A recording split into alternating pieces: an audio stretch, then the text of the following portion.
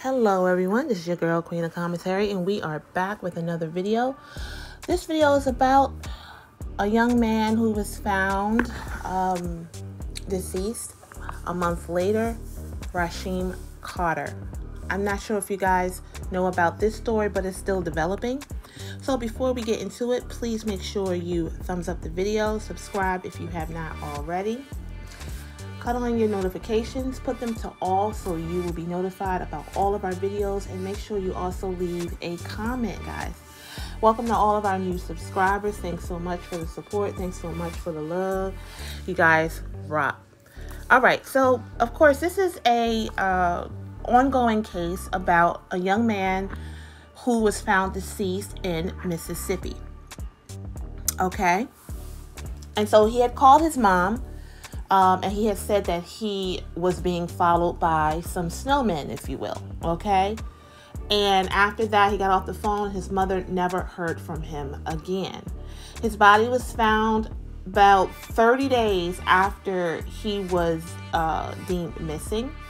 And when they did find him, his remains were basically dismembered, if you will, or they were found in different places.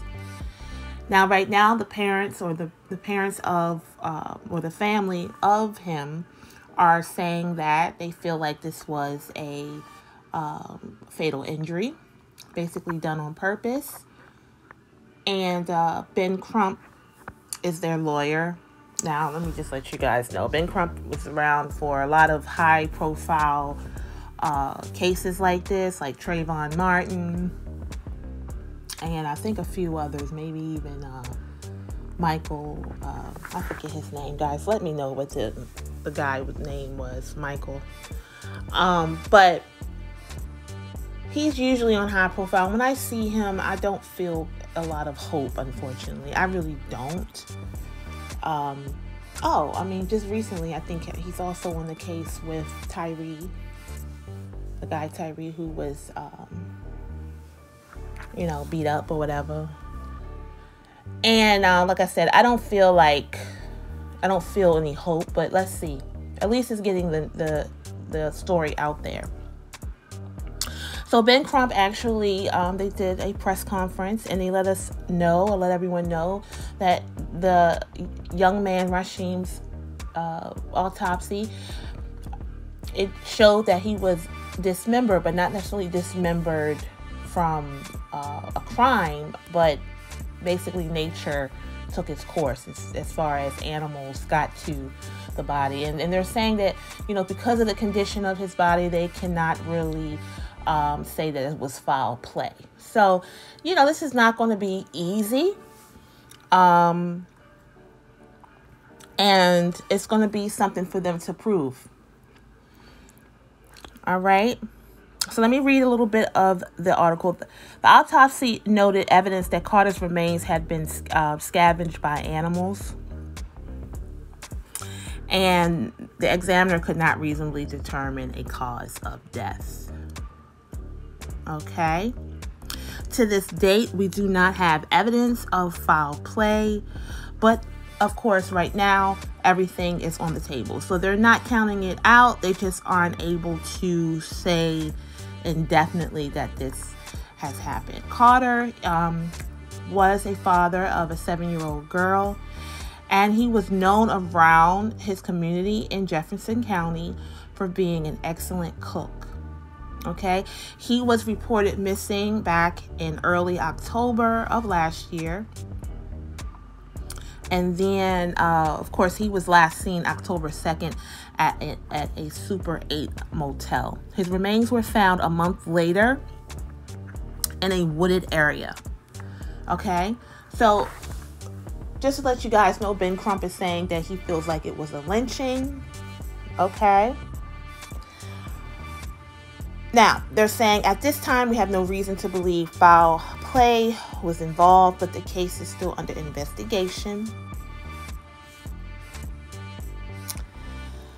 And it's just unfortunate, the fact that they could not find, or the examiner could not find anything wrong, like no bones were severed, or there are no bullet wounds or bullet holes, if you will, I can understand why Crump may feel like it may have been a lynching or, almost like a hate crime, if you will. I don't know. But so anyway, when they got the remains, I guess it looks like, I put a picture up, guys, that she actually has his bones or his remains on display. And this case kind of puts me in mind of Emmett Till. Okay, when you see that photo of a mother standing in front of her son in that condition, it really gets the people like involved in making it personal. So I can understand why she did this. Guys, you got to be careful. I know that, things still go on, and a lot of us would go around our lives and we just think that everything is different because, we had an African-American president, or things are, have changed.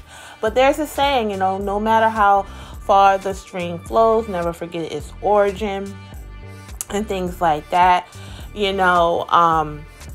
We have to teach our young people, how to kind of survive out here. I was raised in an old school home. So like just certain things, I would witness my grandmother telling her son, like, when you go into certain stores, you don't have hats on and you have to dress a certain way and you have to, and I know it sounds ridiculous, right? But, we hear these stories, off and on, with Tyree and Trayvon Martin and Michael, I think his name is Michael Davis or whatever. And we hear these different stories just circulating, and a lot of them, if you hear it, it's all because, it's not just, the color of our skin, but it's also how we act and what we have on, and it just gives people a reason to want to do certain things. And I have to be kind of like careful what I say, because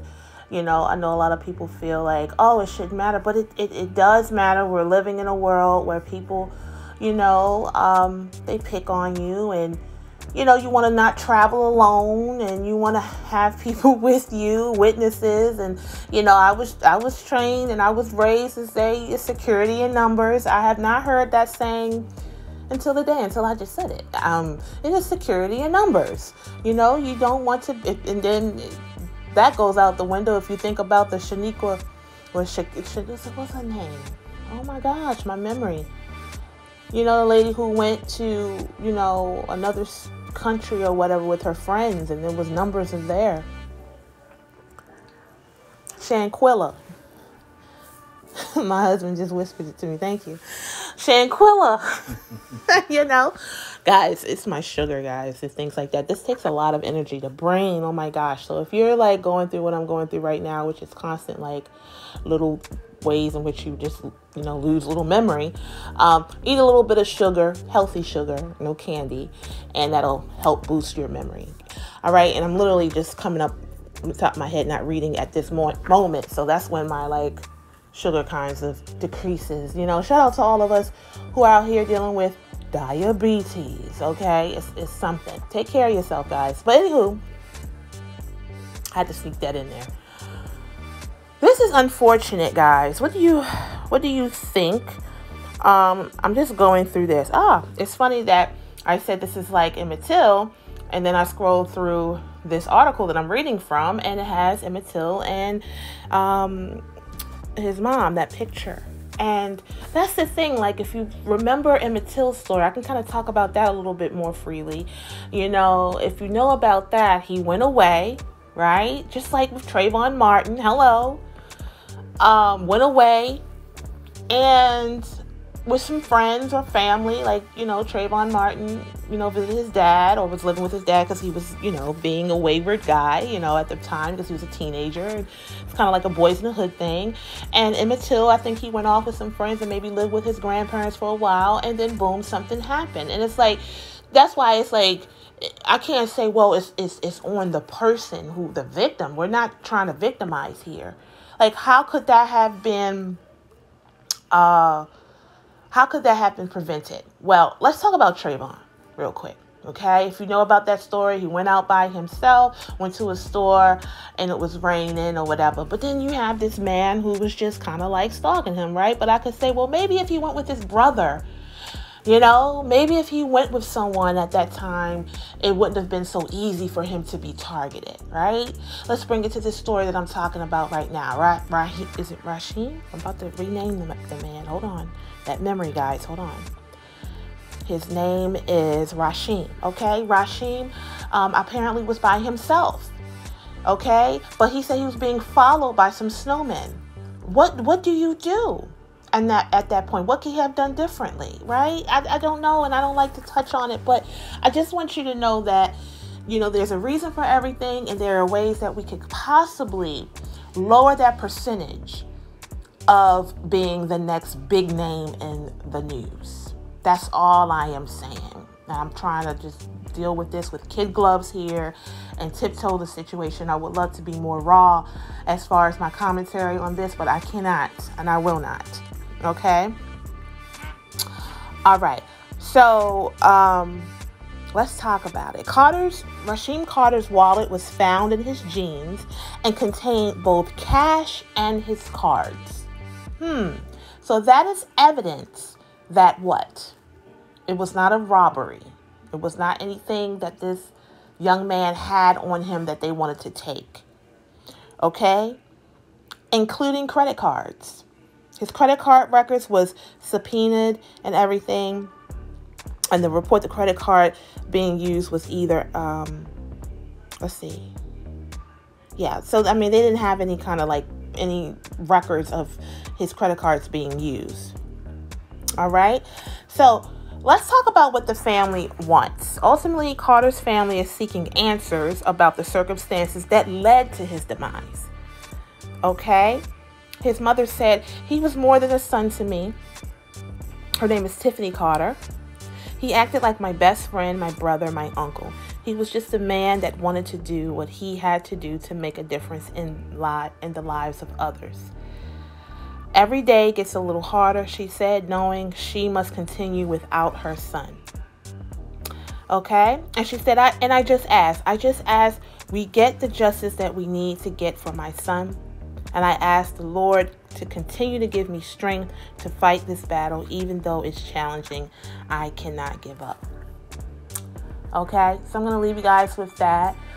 Our prayers go out to the family of Rasheem Carter. This is something that is unfortunate, and I could not even imagine what she is going through. But this story is, just one of many. And so there's a theme here. We have to just pray up. And, when you guys are traveling and things like that, keep in contact with your family. And try not to be out by yourself. Have someone there who you know. We don't want to, Shanquilla Robinson was around a whole bunch of people she knew, right? And we know what that, Anyway, just stay prayed up, and God is going to cover us. And the thing about it is, guys, when you do these stories, I don't like putting fear out there. That's not what I like to put. I just want you guys to be aware of the community, if you will. Things have not changed. They're just in different clothing, if you will. That's all. Thanks for listening, guys, and have a great rest of your day.